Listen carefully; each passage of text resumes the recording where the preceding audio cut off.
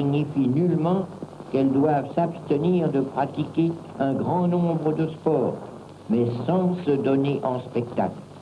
Aux Jeux olympiques, leur rôle devrait être surtout, comme aux anciens tournois, de couronner les vainqueurs. À Stockholm en 1912, place aux premiers Jeux universels de l'histoire, l'olympisme triomphe enfin. Mais ces Jeux sont les derniers d'un cycle qu'une guerre mondiale allait interrompre. 8 ans plus tard, en août 1920, alors que l'Europe pense encore ses plaies, Albert Ier inaugure à Anvers les premiers Jeux de l'après-guerre. C'est à cette époque qu'apparaissent deux symboles de l'unité olympique, un drapeau et 5 anneaux symbolisant les 5 parties du monde acquises aux Jeux, 6 couleurs représentant les couleurs de toutes les nations. C'est aussi l'apparition d'un serment olympique. Anvers révélera enfin un champion qui marquera l'histoire du demi-fond. Le Finlandais Paavo Nurmi, précurseur d'une préparation scientifique. Nurmi décrochera pas moins de 9 médailles d'or sur l'ensemble de sa carrière. Un monument.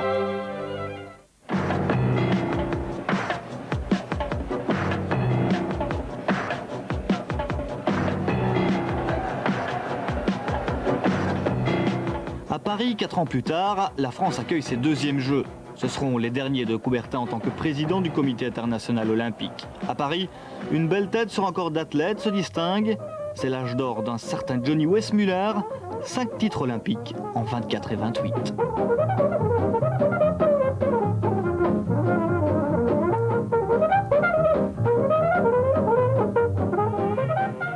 En 28, justement, place aux Jeux d'Amsterdam. C'est la première apparition de la femme olympique. Et à cette époque, un homme domine la gymnastique, le Yougoslave Leon Stukec.